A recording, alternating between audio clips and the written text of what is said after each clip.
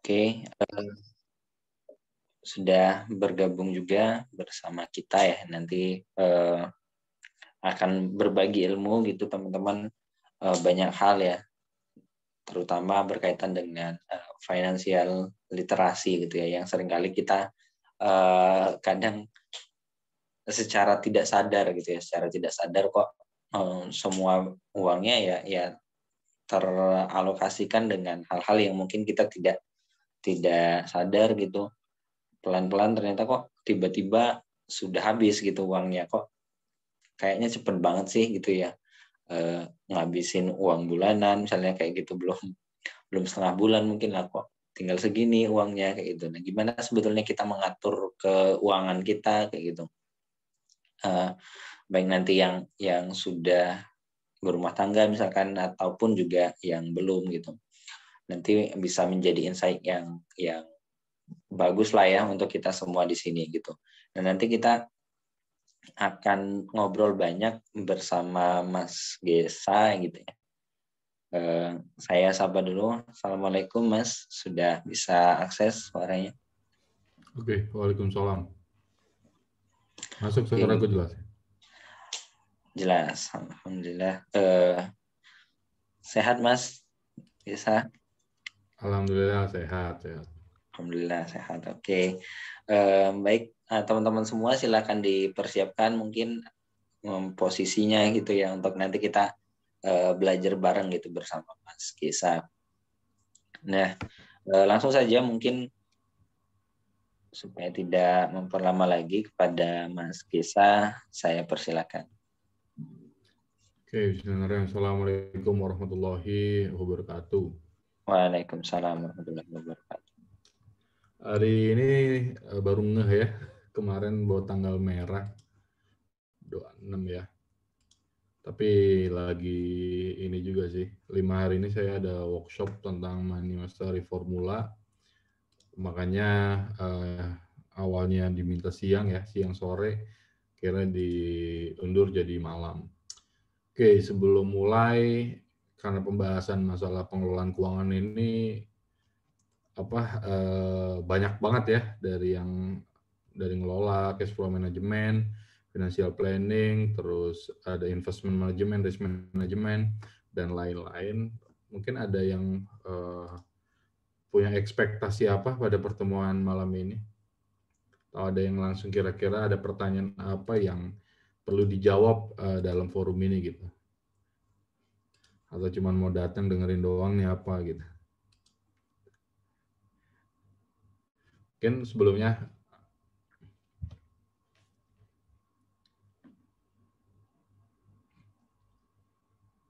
oke, pengen punya financial planning yang matang. Yang lain? Ini saya pengen mau ngukur nih ya, mau sampai sedalam apa gitu pembahasan. Oke, biar nggak boros. Oke,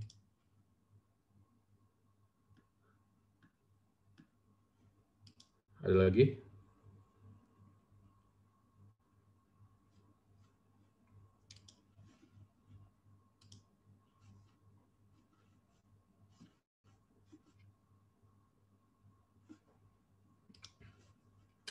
Oke lah, aku bahas personal budgeting aja ya. Ini boleh izin share screen mungkin ya.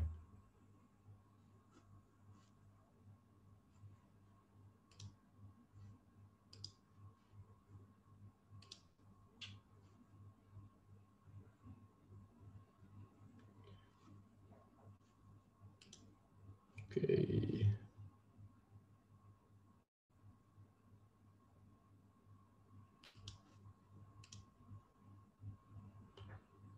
Oh enggak, ini salah. Berpikir bertumbuh kaya dengan berkah. Kayaknya nggak pas buat pembahasan malam ini.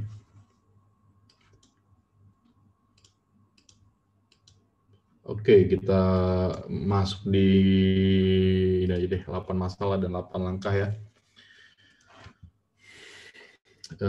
Yang belum kenal, mungkin kenalan, saya Gesa Volugon,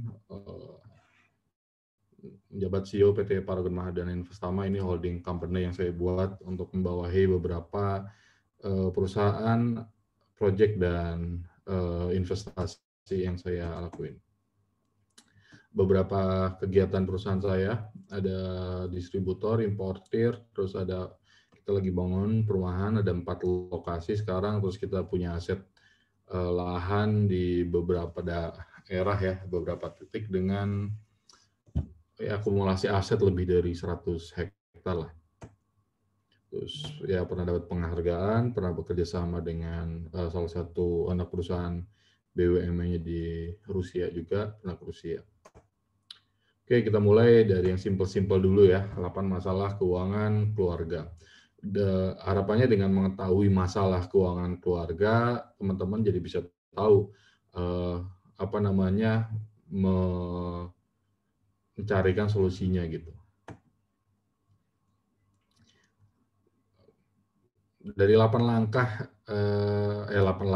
masalah keluarga itu yang nomor 1 jelas nih ya, lebih besar pengeluaran daripada pendapatan. Ini akar masalah dari semua permasalahan keuangan.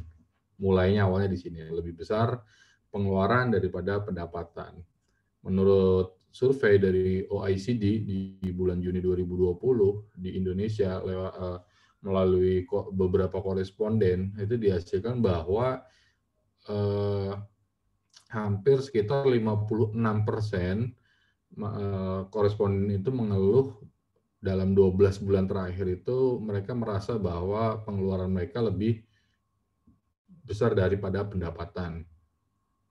Ini ngefeknya bakal lumayan ya, karena kalau pengeluarannya lebih besar dari pendapatan, maka otomatis dari mana sisa pengeluarannya gitu kan? Biasanya ujungnya akan lari ke hutang. Sehingga permasalahan satu ini harus segera diselesaikan. Lebih besar pengeluaran daripada pendapatan. Gimana cara menyelesaikan? Ya 2 cara aja. Pertama, mau nggak mau dengan menekan pengeluaran kita. Jadi kita tekan setekan-tekannya gitu ya, sampai di titik 0 atau balance. Atau yang kedua, kalau nggak bisa ditekan lagi, kita cari pendapatan baru, pendapatan yang lain, atau second income. Misalnya udah terlanjur kerja, gajinya 2 juta, 3 juta, dan ngerasa gajinya nggak cukup, ya mungkin sambil kerja, sambil melakukan aktivitas ekonomi yang lain. Jadi makelar, reseller, berjualan yang nggak di waktu-waktu kerja ya, menjadi penulis atau freelance, desain, dan lain-lain. Sehingga target dari masalah nomor 1 ini selesai. Pokoknya goals pertama ini di cash flow manajemennya ya, teman-teman uangnya itu harus 0, balance gitu ya, pengeluaran sama pendapatan sama. Target berikutnya teman-teman menyisihkan 10% dari pendapatan. Gitu. Pokoknya ada sisa dari pendapatan yang itu diinvestasikan. Nah, level 3-nya, teman-teman mengalokasikan 20% di awal buat investasi dan tabungan, baru sisanya untuk pengeluaran. Mindset-nya beda ya. Ya, kan kondisi keuangannya juga beda-beda, tapi levelnya gitu. Kalau level ya 0-nya ya masih berantakan, masih minus, ya level 1-nya impas gitu ya, level 2-nya teman-teman bisa nyisihkan 10% pendapatan. Misalnya gaji 5 juta, ya 1 juta, gaji 10 juta misalnya 1 juta gitu. Gaji 5 juta 500.000 maksudnya. Gaji 10 juta ya 1 juta, 10%-nya. Ya level ketiganya langsung dipotong 20% untuk tabungan dan investasi. Nah, permasalahan kedua, tidak memiliki dana darurat. Bagaimana punya dana darurat bahwa pendapatannya aja masih lebih kecil daripada pengeluaran gitu. Nah, ujungnya ini akan membawa bahwa kita tidak punya dana darurat atau tabungan yang dipakai untuk keadaan darurat gitu. Udah. Ketiga, kita akan terjerat hutang yang berbunga tinggi. mungkin udah marak lah ya, pinjol, kartu kredit, itu kita akan terjerat hutang karena apa? Ya karena untuk menutupi biaya hidup gitu. Ini nyata sih, salah satu mantan karyawan saya, dia gajinya waktu itu 8 juta, tapi gajinya itu dia merasa kurang. Jadi untuk menutupi gajinya itu dia pakai hutang kartu kredit. Sampai suatu saat hutang kartu kreditnya udah 35 juta lah tagihannya gitu. 35 juta tagihan kartu kreditnya, dengan cicilan minimal 10% aja, dia harus bayar cicilan minimalnya itu 3,5 juta satu bulan. Belum bunganya kartu kredit 3%, 3% kali 3,5 ya kurang lebih 1 juta. Jadi gajinya dia tuh udah otomatis dipotong 4,5 juta tuh untuk buat bayar hutang kartu kredit. Jadi dari 8 juta tuh sisa berapa tuh? Kurang 4,5 ya, kurang sisa 3,5 juta lagi gitu ya. Sehingga ya bikin siklus begitu tuh, hidupnya jadi terus merasa kekurangan gitu. Karena ujungnya apa? Ujungnya dia melakukan fraud jelas di perusahaan gitu ya, ngambilin uang perusahaan atau nilep lah, korupsi dan lain-lain. Ya karena tadi merasa kekurangan. Itu terjerat hutang yang berbunga tinggi. Ya banyak cerita lah, ada yang kejebak pinjol, pinjamannya cuma 10 juta, tahu-tahu karena nggak dibayar-bayar bisa jadi 30 jutaan gitu. Ya makanya hati-hati. Tidak memiliki tabungan investasi. Ini sambil ngelihat sambil ini aja ya, ngerenung ya. Ini masalah ini kalian kena nomor berapa aja nih gitu ya. Kayak tabungan investasi udah punya belum gitu ya. Terus kalau udah punya, udah banyak belum gitu. Tidak memiliki tabungan investasi. Kelima, pandangan yang keliru tentang aset dan kekayaan. Ya, orang berpikir bahwa kaya itu punya barang-barang mewah, punya HP gitu kan, terus suka nongkrong atau makan-makan mahal gitu. Padahal itu nggak akan membawa kita kemana-mana. Bahwa aset itu sesuatu yang kita punya yang akan yang hasilnya akan terus meningkat gitu ya. Ada orang yang beranggapan kaya itu ya kalau pakai HP-nya sekarang iPhone 12 gitu ya, mobilnya BMW, Mercy atau Alphard. Gitu. Akhirnya banyak orang yang memaksakan gitu. Padahal dia nggak bisa kondisinya, tapi akhirnya memaksakan biar kelihatan kaya. Nah ini banyak nih orang yang terjebak di sini gitu. Yang akhirnya apa? Ya udah memaksakan diri untuk berlomba-lomba untuk membeli yang menurut dia aset dengan cara nyicil, padahal malah membuat dia semakin miskin.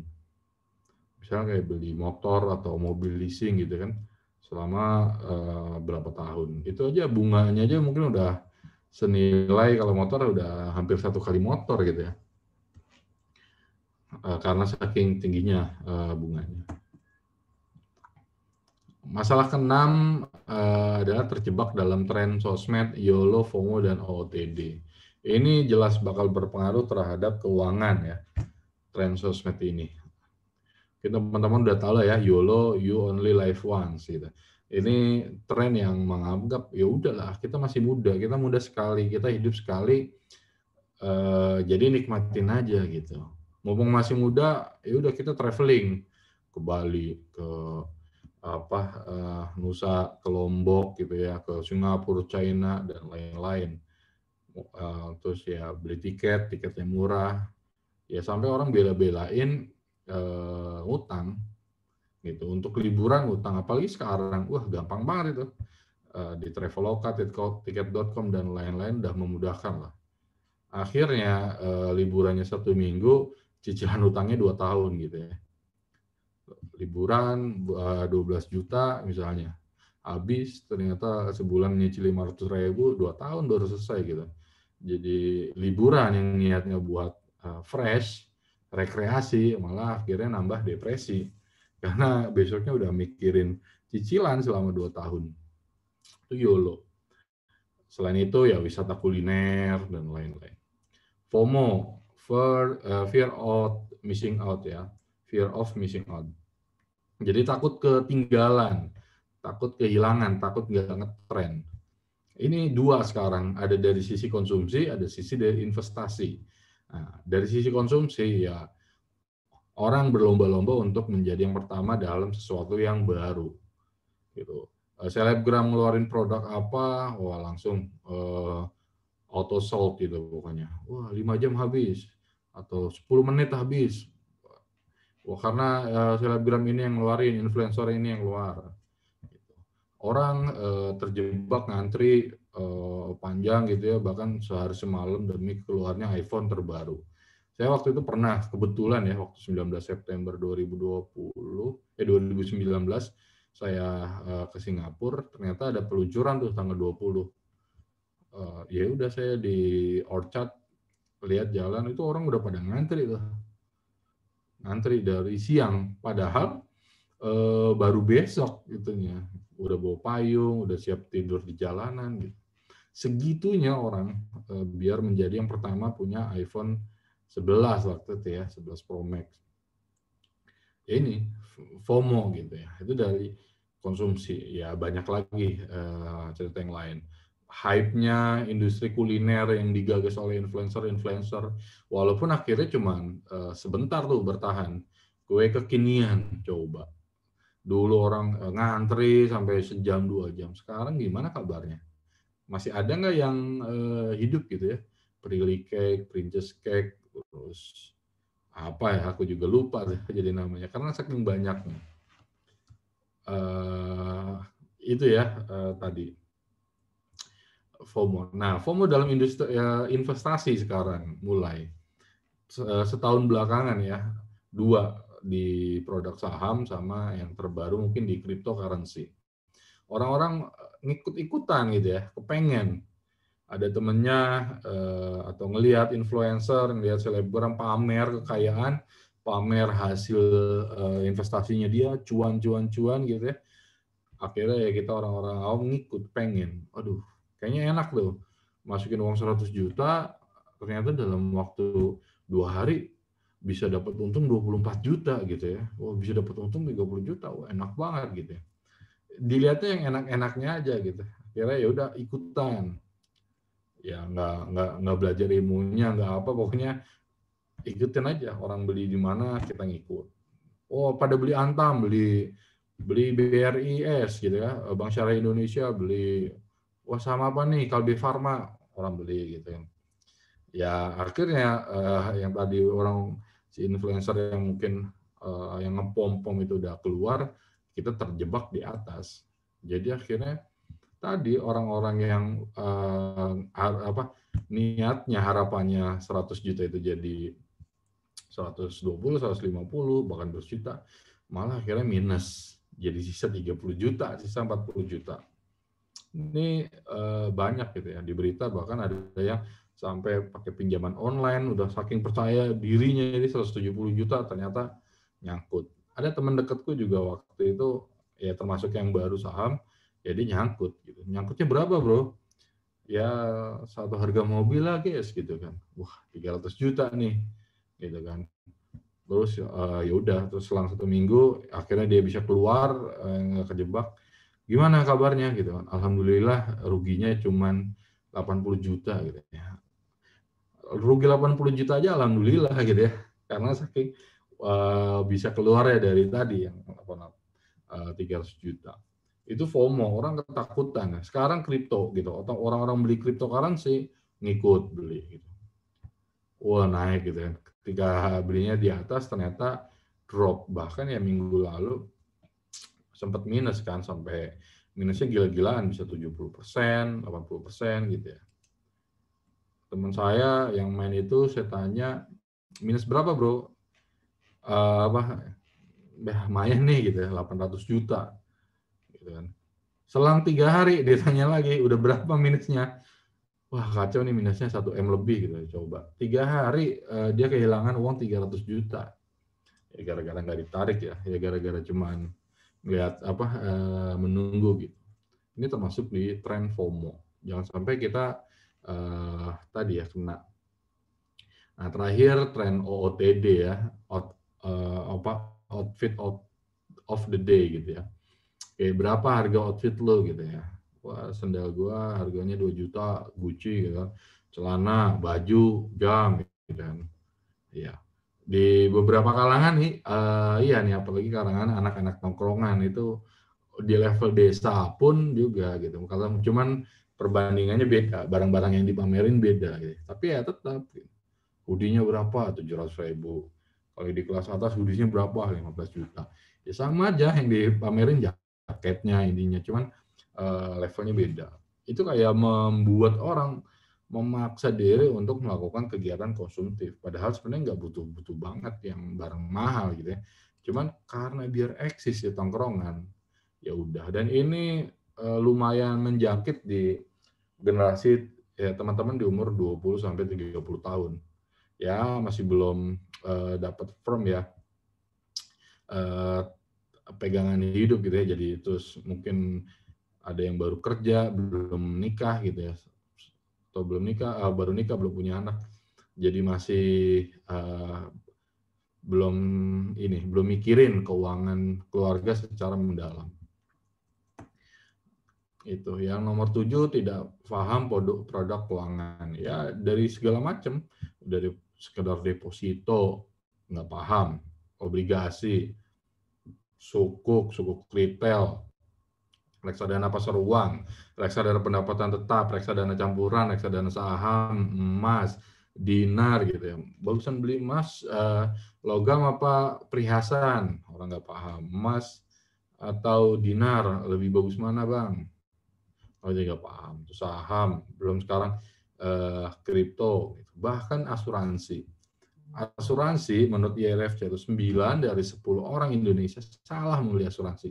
Bayangin 9 dari 10, cuma satu yang benar, 10% yang benar. Gitu. Jadi ya tadi ya tidak paham produk keuangan. Ini menjadi PR buat teman-teman juga buat paham. Yang ke-8 sandwich generation.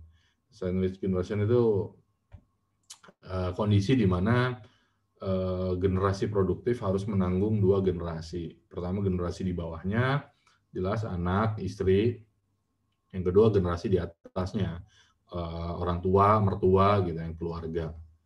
Kenapa? Ya karena orang tua kita zaman dulu nggak mempersiapkan masa pensiunnya, nggak mempersiapkan dana pensiunnya, sehingga ya kita mau nggak mau nanggung gitu ya, menanggung gitu ya gitu ya, menjadi tantangan tersendiri ya mungkin, atau menjadi amal soleh yang sendiri ya. Tapi harapannya kita nanti ketika kita tua kita udah punya dana pensiun lah, sehingga kita tidak bergantung pada anak ngasih, disyukurin gitu ya, nggak ngasih ya nggak apa-apa, jangan sampai dikutuk gitu ya. Gara-gara nggak nyetor duit bulanan sama kita, wah ini anak durhaka gitu, malah kita doain yang enggak. Ya kurang lebih itulah 8 masalah yang yang terjadi di Indonesia, yang banyak terjadi gitu ya. Tidak paham, yang ini yang luar biasa, tidak paham produk keuangan, akhirnya fatal nih, orang udah susah payah nabung, ngumpulin duit, punya duit 20 juta, 50 juta, 100 juta, akhirnya larinya ke investasi bodong, ke MLM yang nggak benar gitu ya, terus ke Ponzi, money game gitu. Bayangin menurut Satgas dari OJK, selama 10 tahun terakhir 2009 sampai 2019 itu ada sekitar 90 triliun uang masyarakat Indonesia tuh yang kena tipu. Coba 90 triliun dibagi 10, jadi 9 triliun per tahun. 9 triliun dibagi 9 T dibagi 12 bulan, berarti 750 miliar per bulan ya. Kita orang Indonesia ketipu gitu.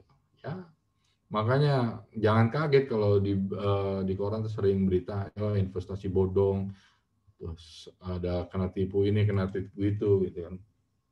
Apa yang nonton video bisa dapat duit, gitu. Ya siap-siap aja. Ya itu karena tadi kita nggak paham produk keuangan. Lumayan lah 750 miliar per bulan gitu ya. Uang-uang orang hilang karena nggak paham produk keuangan. Oke, gitu dulu mungkin untuk sesi pertama kita buka diskusi. Silakan kalau ada yang mau ditanyakan.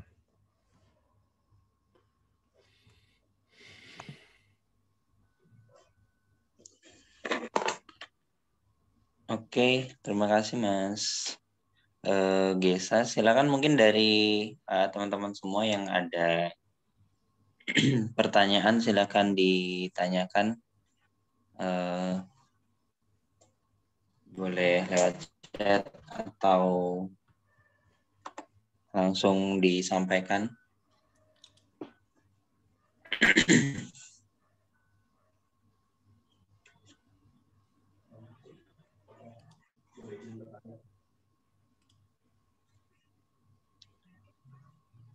Ada yang ingin bertanya?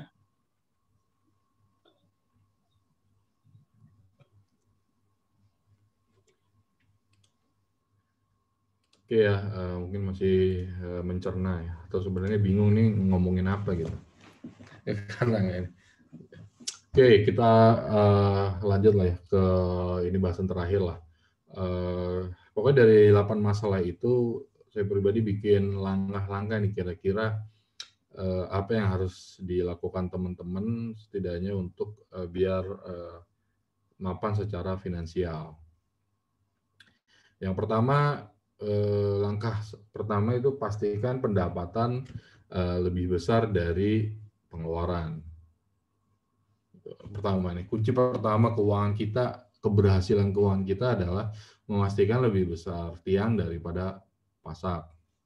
Hal ini membuat aset kita tidak tergerus atau hilang setiap bulannya dan juga memastikan bahwa kita memiliki uang sisa untuk menabung dan investasi. Nah, ini level ya. Kita udah lolos level 1 belum nih, bahwa pemasukan kita lebih besar daripada pengeluaran. Kalau belum lolos, sudah nggak usah mikir yang lain-lain, PR-nya ini dulu diselesaikan. Nah, level kedua, kita simpan 10 juta untuk dana darurat awal. Jadi dana darurat ini akan menjaga kita dari peristiwa kehidupan yang tak terduga, yang nggak kita rencanain gitu ya. Misalnya tiba-tiba sakit atau HP kita rusak, genteng kita bocor kayak rumah dan lain-lain ya, sehingga kita sudah ada dana daruratnya gitu. Ya tanpa dana darurat, ketika kita nggak punya tabungan, ya kita berisiko menggali lubang utang baru atau menyulitkan keluarga atau kolega. Jadi langkah kedua setelah tadi ya, kita selesai dengan pemasukan lebih besar dari pengeluaran, kita harus punya uang minimal 10 juta di cash ya untuk dana darurat. Ini PR-nya yang kedua. Langkah 3 ya lunasi 100% hutang jangka pendek. Jadi kalau kita punya hutang kartu kredit, pinjaman online, pinjaman ke teman atau ke keluarga, nah ini diprioritaskan di langkah 3. Habis itu kita selesaikan hutangnya gitu ya. Langkah keempat, kita simpan biaya hidup selama 6 bulan ke depan dalam rekening dana darurat kita. Ya, kalau tadi 10 juta, ya habis ini kita butuh dana darurat sekitar 6 bulan ya. Kebutuhan 6 bulan ke depan. Misalnya pengeluaran kita sebulan 5 juta, berarti kita butuh 30 juta. Pengeluaran kita 3 juta, berarti ya kita butuh 18 juta. Cara ngitungnya simpel aja sih. Kelima, setelah tadi misalnya dana darurat yang terpenuhi, dan terpenuhinya juga nggak dalam waktu yang cepat ya, mungkin bisa setahun 2 tahun gitu ya. Nah, kita lanjut ke langkah kelima. Investasikan 10% dari pendapatan kita untuk dana pensiun. Jadi yang sebelumnya tabungan kita untuk dana darurat, kita alihkan untuk ke dana pensiun. Pokoknya anggarkan 10% dari pendapatan kita untuk persiapan dana pensiun kita. Karena menginvestasikan pendapatan untuk dana pendidikan anak, ya ini buat yang udah punya anak ya. Kalau yang belum mah nggak usah dipikirin lah, nggak usah dipikirin dulu gitu. Kalau yang udah punya anak atau yang udah nikah tapi belum punya anak juga belum. Pokoknya ketika kita udah punya anak baru kita mulai memikirkan dana pendidikan untuk anak. Ya nabung, soalnya inflasi di dana pendidikan itu lumayan tinggi, bisa 15% sampai 20% per tahun ya pertumbuhan biaya dana pendidikan. Ya, langkah ketujuh, lunasi hutang kendaraan, rumah, dan utang jangka panjang kita 2 kali lebih cepat. Ini yang punya KPR, punya utang mobil atau kredit apartemen gitu ya. Nah, ini kita buat lebih cepat dari tabungan kita. Yang misalnya sebelumnya 20 tahun, kalau bisa 10 tahun lunas. Yang 15 tahun kalau bisa 8 tahun lunas. Itu jadi biar hutang kita biar lebih cepat. Langkah terakhir ke-8, kita bangun kekayaan dan warisan 10 kali lebih besar dari aset kita sekarang untuk keluarga dan masyarakat. Nah, ini goals akhirnya bahwa kekayaan kita itu bisa bermanfaat ya untuk keluarga kita, keluarga kecil kita, keluarga besar kita, dan masyarakat sekitar kita gitu ya. Sehingga kita jadi berkontribusi terhadap masyarakat melalui kekayaan kita, dan kita meninggalkan harta yang baik untuk anak dan keturunan. Ya kurang lebih itu sih 8 langkah mapan gitu ya. Dilihat terus dievaluasi kira-kira sekarang kita udah di langkah keberapa nih gitu. Pak masih langkah ke-1, Pak lagi berjuang di langkah kedua, ketiga, keempat, kelima, keenam, ke-7 atau bahkan udah ke-8 gitu ya. Gitu sih kurang lebihnya dari saya. Ya, monggo kita lanjut di diskusi aja.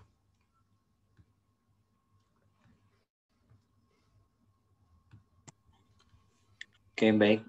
Terima kasih Mas Gesa atas pemaparannya. Dan ini sudah ada beberapa pertanyaan ya dari teman-teman yang ada di sini lewat kolom chat ya, Mas Gesa. Pertama, ini yang pertama dari Ovi. Izin bertanya Mas Gesa, saya yang termasuk belum banyak paham tentang keuangan, pengen punya usaha sampingan atau investasi yang aman untuk ibu rumah tangga kayak saya. Apa saja yang harus diperhatikan? Ada beberapa pertanyaan lagi, tapi mungkin satu-satu dulu mungkin ya, Mas Gesa. Oke, tunggu.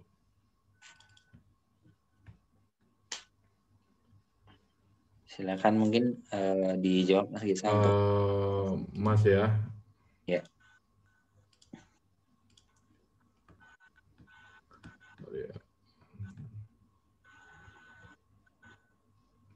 Pertama, kalau kita ngomongin investasi, ada risk dan return ya. Semakin tinggi resiko, semakin tinggi returnnya, hasilnya gitu. Nah, kalau mau yang nyari aman-aman, berarti ya ini carinya yang di sebelah kiri. Nah, ini insya Allah aman gitu ya. Nah, tadi emas, apakah emas bakal naik? Apakah nilai emas akan selalu naik? Dalam jangka panjang, iya. Bahkan ini kita kalau ngomongin 20 tahun ke belakang itu, ini data 2019-an ya, itu 2020. Itu bisa sekitar 1160. Gitu. Jadi 11 kali lipat naiknya. Kalau sekarang mungkin ya 10 kali lipat ya, karena ada turun. Nah, itu dalam 20 tahun. Jadi kenaikan per tahunnya itu 50%. Dan itu kenaikan yang gede banget sih, kayak gitu. apakah ke depannya bakal naik ya walau alam. Tapi ya kalau kita ngelihat trennya, kemungkinan besar sih pasti bakal naik. Tapi ya ingat bahwa emas itu investasi jangka panjang gitu. Kita nggak bisa ngarepin naiknya 1 bulan, 2 bulan. Atau setahun, 2 tahun pun masih belum. Jadi kita beli ya emang buat persiapan tujuan keuangan kita yang jangka panjang. Buat anak sekolah, buat nikahan anak misalnya nanti, buat dana pensiun gitu ya. Jadi kita beli bukan yang mau dipakai di 3 tahun lagi, 4 tahun lagi. Karena itu kalau baru masih 3 tahunan mah pasti bakal nggak masih belum nguntungin lah, masih karena kan kalau emas kan bakal kena buyback-nya gitu.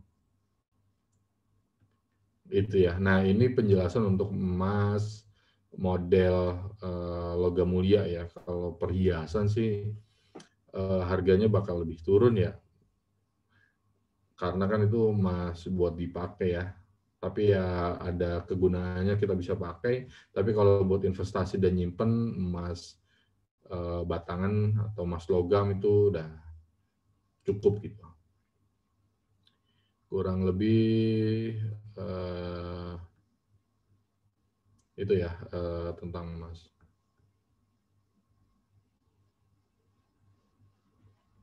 Nih, emas apa yang sebaiknya dibeli?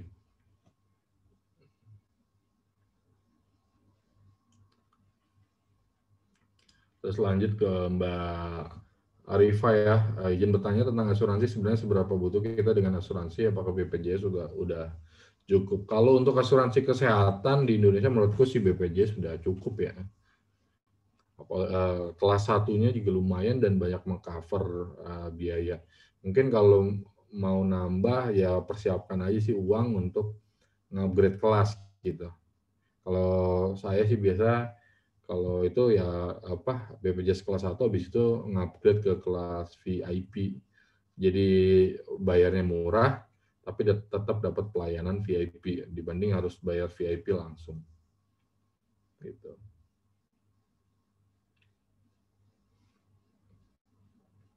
Izin bertanya Mas, kira-kira untuk financial planning sebaiknya dibuat dalam jangka waktu berapa lama dulu? Financial planning itu harusnya seumur hidup sih kita udah buat ya. Tapi ya kita masukin tujuan keuangan kita yang sekarang aja kita inginin. Jadi ya bisa ya dibikin 5 tahun lah ya, mungkin dalam waktu dekat gitu. Ini 5 tahun baru kita buat gitu. Nanti kalau udah 5 tahun udah ada perubahan yang misalnya dari sekarang seorang terus akhirnya punya suami atau istri, dari keluarga akhirnya punya anak, baru itu bisa di adjust lagi ya, diubah lagi kayak gitu. Mbak Ufi, maksud inflasi dana pendidikan kayak apa Mas? Inflasi itu kayak apa ya, jadi apa namanya kayak penambahan nilai lah ya. Gini, kayak inflasi pendidikan gini. Kayak saya kuliah di ITB dulu di tahun 2006 itu SPP-nya 2 juta per semester. Nah, sekarang SPP ITB itu di 2008 kemarin ngecek 2008 2009 itu udah 12,5 juta gitu. SPP-nya udah 12,5 juta per bulan, per semester.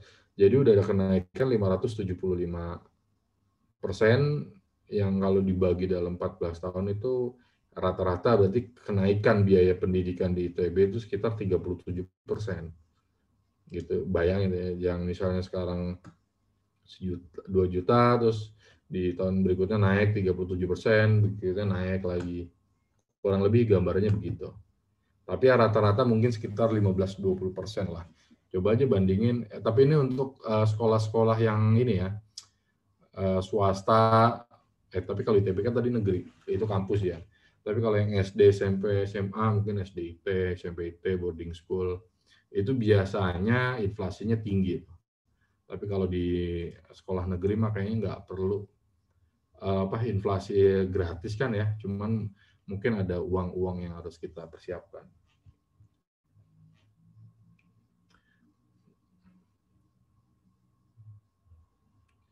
Oke, dana darurat, dana sekolah anak mereka ditempatkan di investasi. Ya emang harus ditempatkan di instrumen investasi gitu, tinggal dipilih aja. Kan tadi namanya dana darurat, ya naruhnya di apa, di emas misalnya, atau di reksadana, atau di deposito. Jadi kalau dibutuhkan baru bisa diambil. Ya kurang lebih itu sih. Ya tujuannya mengabung. Jadi ketika kita nabung juga, tapi kita dapat return atau bagi hasil juga gitu. Oke, mungkin itu. Kalau kecuali ada yang mau nanya lagi.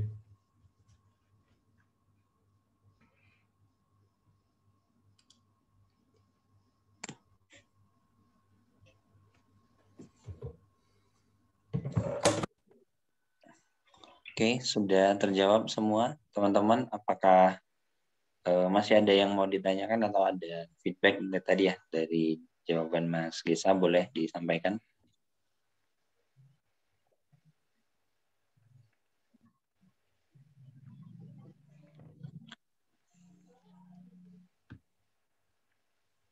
Silakan dari teman-teman kalau masih ada pertanyaan atau sudah cukup.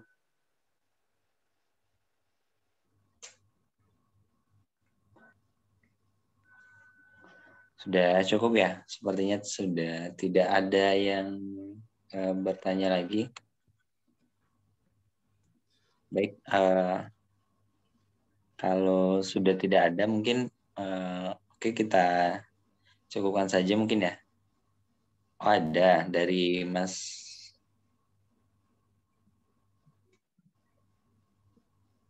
Siapa tadi? Ada mungkin Mas Alfian.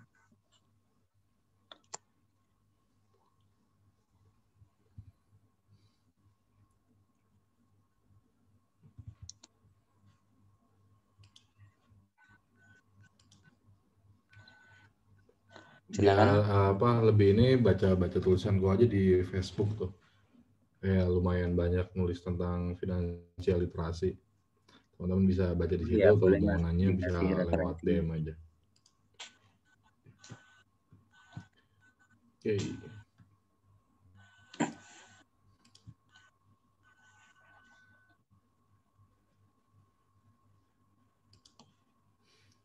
Oke, gitu aja mungkin ya, teman-teman. Terima kasih buat perhatiannya. Nanti bisa kontak di Facebook buat lebih lanjut. Dari saya, Assalamualaikum warahmatullahi wabarakatuh. Waalaikumsalam warahmatullahi wabarakatuh. Oke, baik. Terima kasih Mas Gesa atas penjelasannya. Dan juga teman-teman semua, terima kasih atas partisipasinya pada malam hari ini. Ya, alhamdulillah sudah mungkin banyak masukan dan pembelajaran ya untuk malam hari ini tentang finansial literasi. Itu saja mungkin ya untuk malam ini menjadi webinar penutup ya untuk Good Parents Series gitu. Terima kasih untuk teman-teman semua. Semoga yang sedikit ini bisa bermanfaat. Mungkin nanti ada yang ingin mengulang lagi itu ya materinya, atau ada yang ketinggalan gitu, nanti akan kita share mungkin rekamannya seperti itu. Itu aja. Terima kasih sekali lagi. Kita cukupkan dengan hamdalah. Bismillahirrahmanirrahim. Assalamualaikum warahmatullahi wabarakatuh. Assalamualaikum. Terima kasih Mas Fikri. Ya, terima kasih Mas.